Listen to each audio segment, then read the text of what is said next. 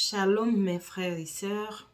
Aujourd'hui, nous allons essayer de comprendre, de décortiquer un verset que le Seigneur a mis à cœur dans le livre de Jean, Jean 15, à partir du verset 5. Et là, c'est Jésus-Christ qui parle, qui s'adresse à son auditoire. Et il disait, Jean 15, 5, « Je suis le cep, vous êtes les sarments. Celui qui demeure à moi et en qui je demeure porte beaucoup de fruits, car sans moi, vous ne pouvez rien faire. » Donc, Jésus utilise cette phrase en se servant des choses de l'époque de ces temps-là à qui il s'adressait. Il s'adressait aux Israélites et en Israël, il y a la vigne. Donc, Jésus essaye de trouver ce qu'il veut véhiculer comme message à ces gens-là pour qu'ils puissent comprendre quel est le message qu'il voulait les faire passer et comprendre qui il était vraiment. Parce que beaucoup ne croyaient pas en lui et il essayait de les faire comprendre qui il était par rapport à cette image des cèpes et le serment. Le cep, ce n'est que la tige de la vigne.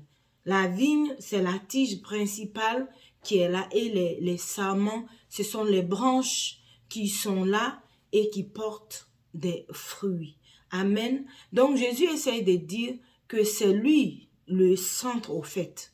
Pour porter la vie, il faut que tu sois accroché à lui. Donc comme la vigne qui au milieu, le cep, c'est la tige, c'est le mot réellement pour comprendre en botanique.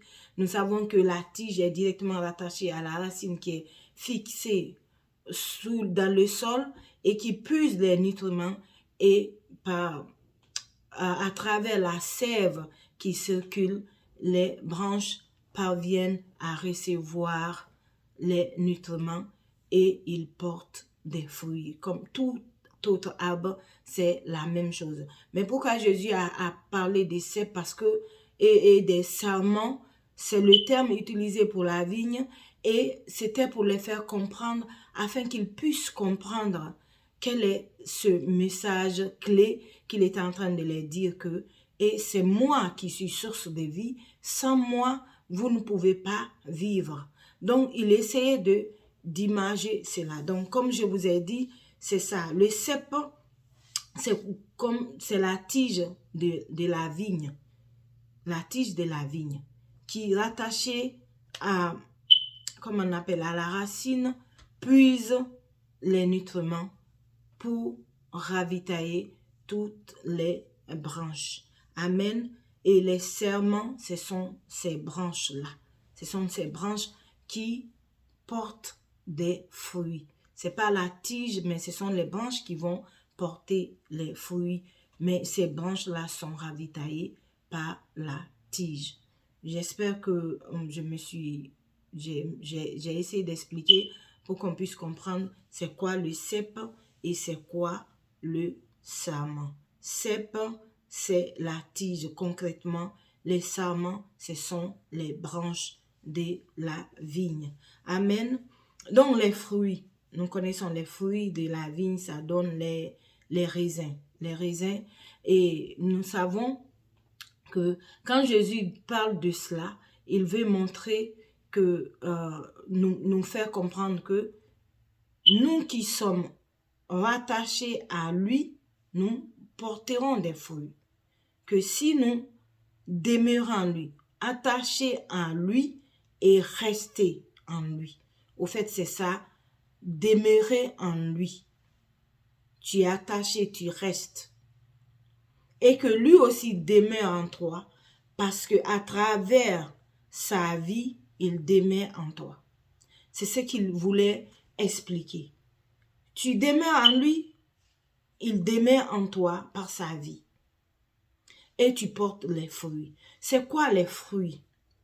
Amen. Parce qu'il est important de comprendre que la parole de Dieu dit, on les reconnaîtra par leurs fruits.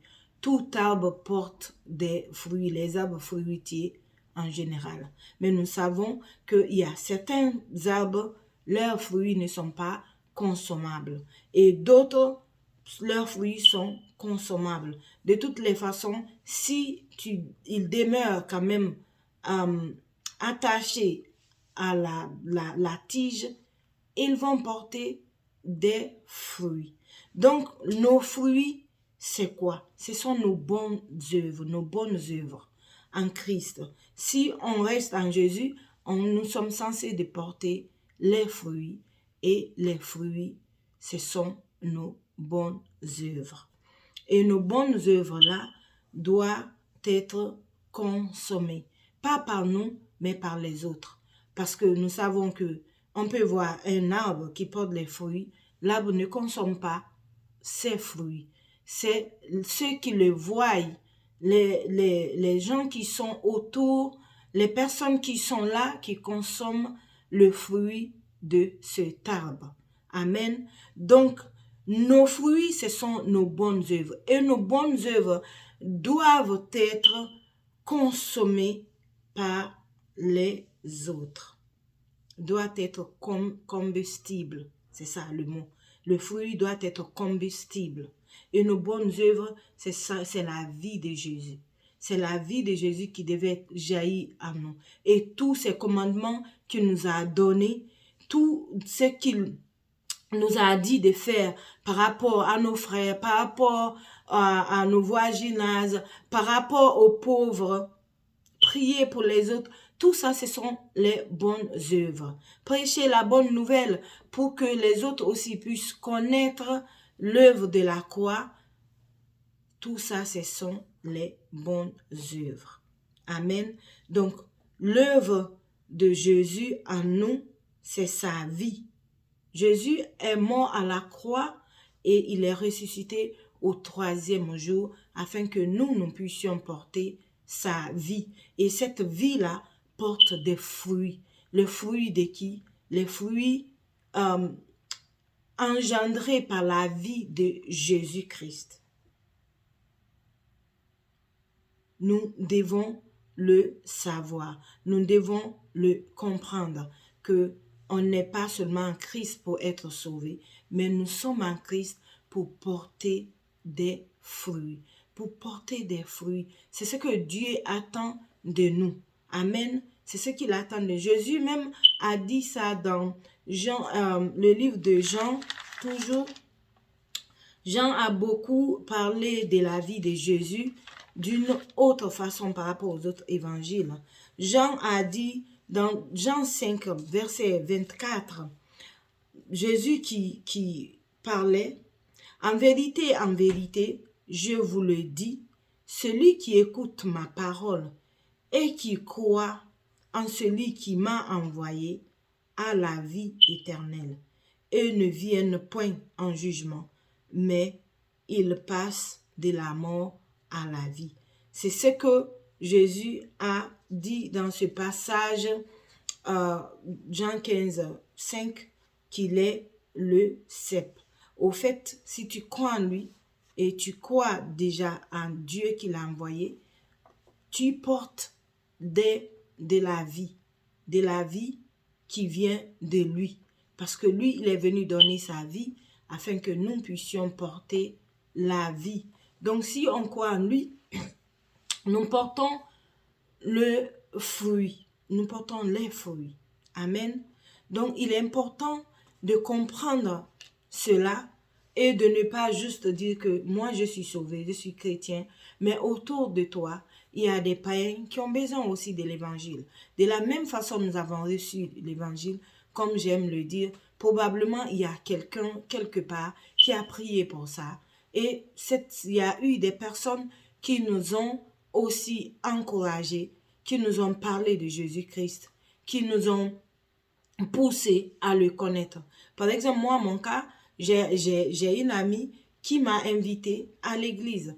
Et je ne suis pas allée là-bas vraiment pour donner ma vie à Jésus. J'étais pas allée pour autre chose. J'étais partie plutôt pour autre chose. Mais par la grâce de Dieu, j'ai rencontré le Seigneur.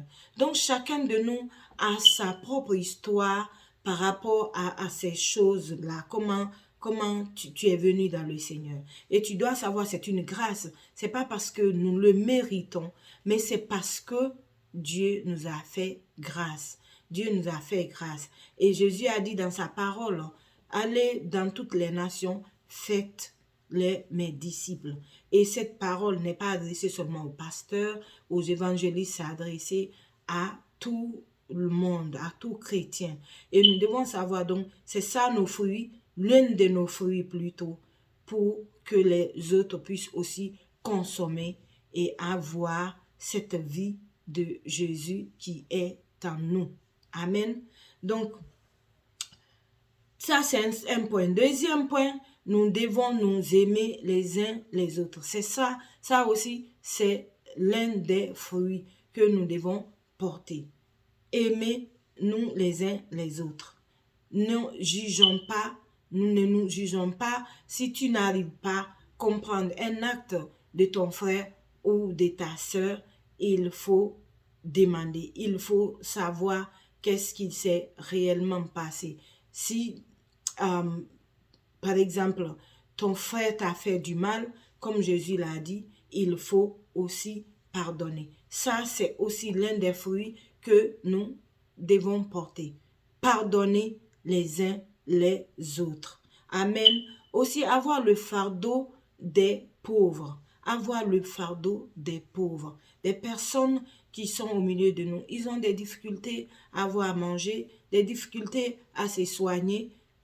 On peut les aider selon les moyens que Dieu nous donne. Ça, ce sont les fruits aussi que nous pouvons porter. Amen. Parce que, comme je l'ai dit, chaque arbre qui sont fruitiers peut porter des fruits. Il y a des arbres même sauvages qui portent des fruits. Mais il y en a parmi eux, leur fruit n'est pas consommable. Et nous sommes des enfants de Dieu. Nos fruits devaient être consommables.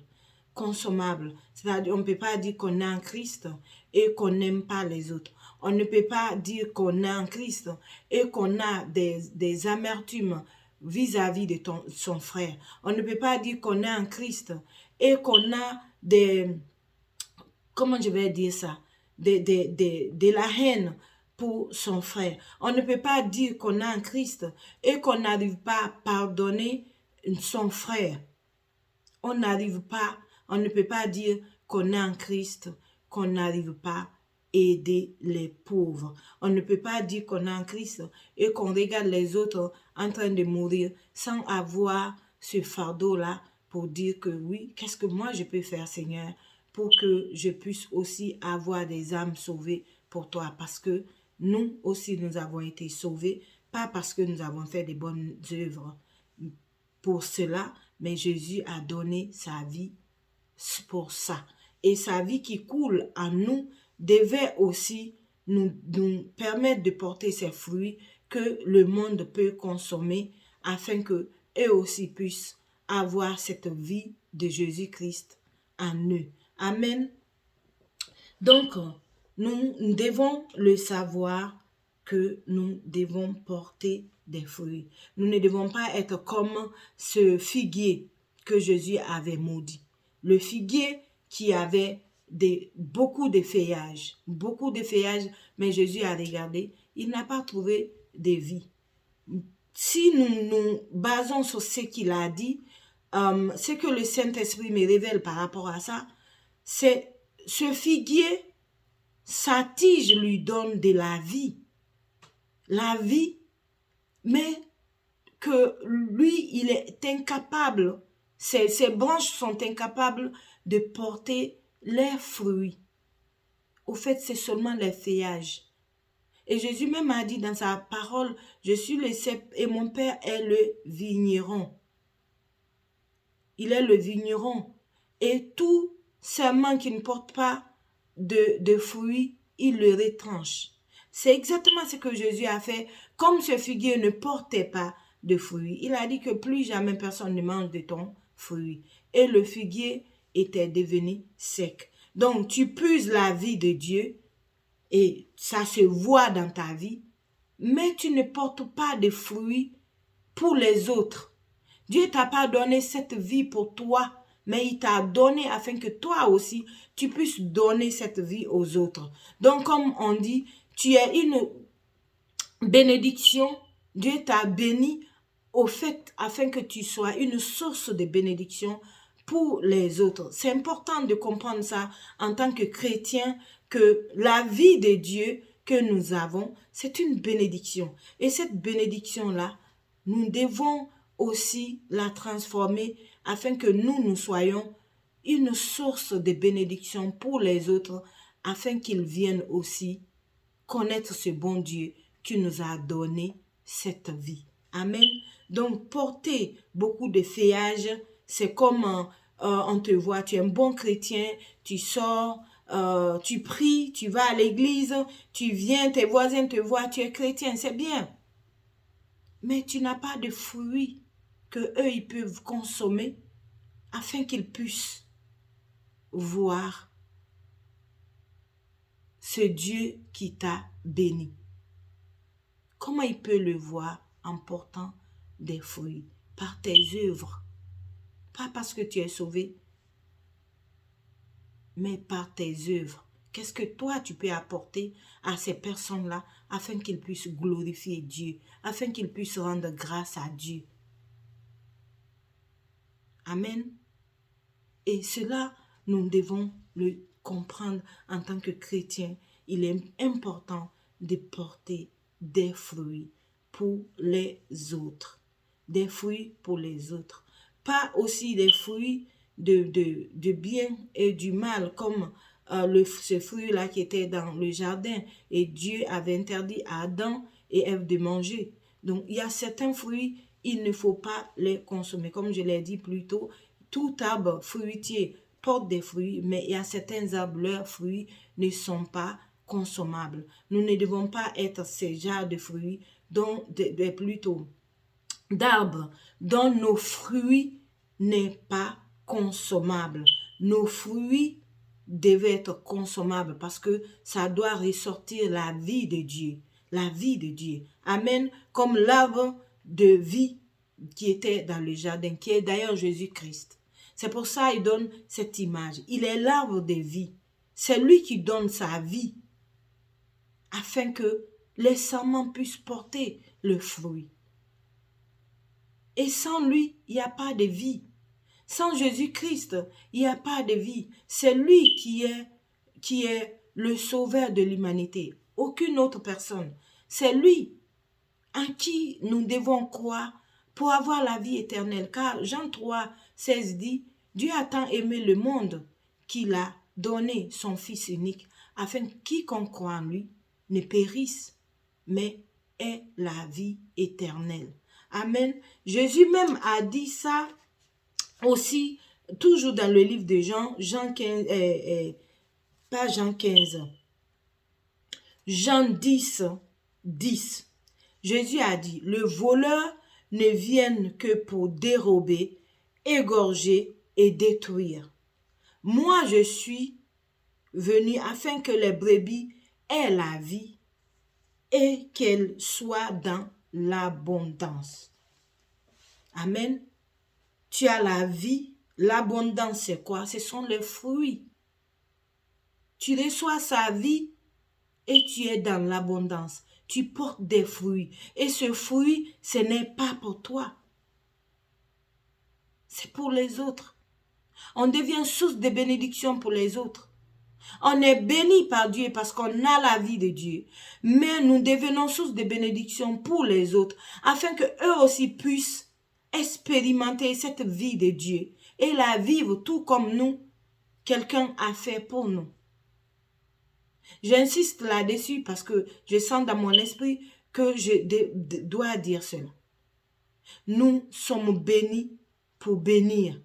Nous ne sommes pas bénis pour nous-mêmes, mais bénis pour bénir les autres. C'est très important de savoir. Nous ne sommes pas bénis pour montrer aux autres, moi je suis plus béni, Dieu m'aime, je suis supérieur à toi. Non, Dieu n'a pas d'enfant chéri. Dieu aime tout le monde. Il nous aime autant qu'il aime Jésus-Christ de Nazareth.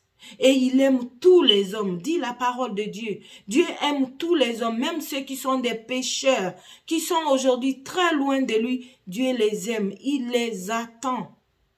Et il les attend et il passe par nous afin que ces autres-là aussi viennent à lui. Et nous pouvons voir ça dans le parabole de Jésus-Christ avec le fils prodige qui a pris sa part d'héritage et qui est parti. Mais la parole de Dieu dit, le Père regardait à l'horizon. Et quand il a vu venir, le Père a couru vers lui. Dieu, c'est ce qu'il attend. Quand il te voit venir vers lui, il va courir. Il ne marche pas, il court parce qu'il veut que nous soyons tous sauvés. C'est le plan de Dieu. Que tous les hommes soient sauvés. Parce que Dieu a créé les hommes à son image et à sa ressemblance. Son but principal, c'est que les hommes soient sauvés. Et si nous sommes sauvés, ce n'est ni par notre force, mais c'est par Dieu, par sa grâce, par l'œuvre de la croix. Dieu a envoyé son Fils pour nous. Et nous devons comprendre que nous aussi, nous devons être porteurs de vie pour les autres. Nos bonnes œuvres, l'amour qu'on les montre, notre façon de vivre. Des fois, on n'a pas toujours besoin de prêcher la parole. Mais comment on vit au milieu des autres. Au milieu des autres. Pierre même a dit ça. Notre vie peut vraiment évangéliser quelqu'un sans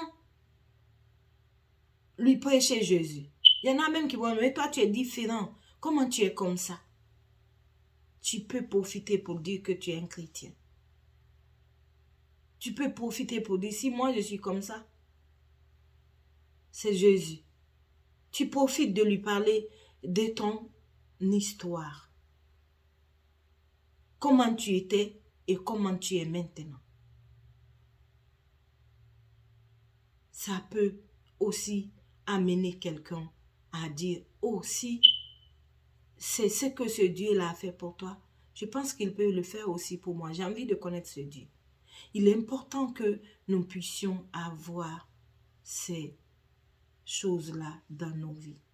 Aimer nos prochains. Le prochain peut être ton frère, peut être ton voisin, peut être quelqu'un que tu connais dans ton boulot, peut être quelqu'un que tu as rencontré dans le bus par hasard quelque part. Quelqu'un que tu rencontres pour les vacances, le séjour, ta façon de faire. La personne te dit, mais tu es différent. Et nous devons porter cette vie. La porter, mais manifester le fruit. Que le fruit-là soit visible. Et que ce fruit-là soit consommable sans détruire les autres. Mais les construire. Les aider à aussi accéder à la vie de Jésus-Christ. Parce qu'ils le méritent aussi. Par la grâce de Dieu, pas par leurs œuvres. Parce que si c'était nos œuvres, je pense que personne n'allait être sauvé. Même en Jésus-Christ, nous péchons. Mais Dieu nous a pardonné en Christ, en son Fils qui a accompli toutes choses pour nous. Aujourd'hui, mon frère, ma soeur, c'est ce que j'avais à partager avec vous. Dieu m'a mis vraiment à cœur de partager ce verset. Je le dis d'ailleurs beaucoup dans beaucoup de mes vidéos. Mais c'est la vérité de Dieu. C'est ce que Jésus est venu faire pour nous. Donner sa vie afin que nous ayons la vie. Sa vie éternelle et que nous portions les fruits pour que ces fruits-là aussi soient visibles et consommables pour les autres afin que ceux qui ne le connaissent pas puissent vivre cette vie-là. Amen. Nous allons prier le Seigneur pour nous aider à comprendre que nous portons les fruits de la vie de Jésus. Mais nous devons permettre aux autres de consommer cette fruit. Nous devons être des sources de bénédiction pour les autres. Nous devons être la lumière pour les autres, les éclairer, afin qu'eux aussi puissent connaître Christ. Père Dieu de gloire, nous te disons merci. Merci pour ta grâce que tu nous as donnée de devenir ces serments qui reçoivent ta vie. Pas seulement recevoir la vie, mais porter des fruits. Merci Seigneur de nous aider à comprendre ce que tu veux nous faire passer aujourd'hui comme message. Qu'en devenant porteurs de fruits, que nous soyons, Seigneur, des personnes qui donnent ces fruits aux autres, afin qu'ils puissent te connaître. Seigneur, merci. Merci pour ta vie qui coule à nous. Merci, Seigneur, pour le pardon de nos péchés. Merci, Seigneur, de nous faire comprendre que nous sommes bénis pour bénir. Que nous avons ta vie afin de le publier aux autres pour qu'eux aussi puissent te connaître. Au nom de Jésus-Christ. Amen.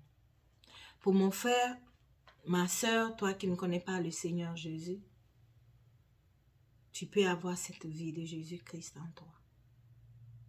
C'est exactement ce que j'essaye de faire.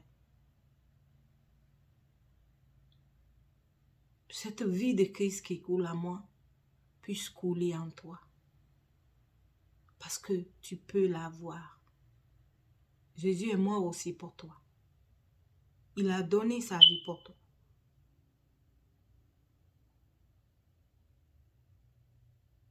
Si tu entends cette parole aujourd'hui, n'endurcis pas ton cœur.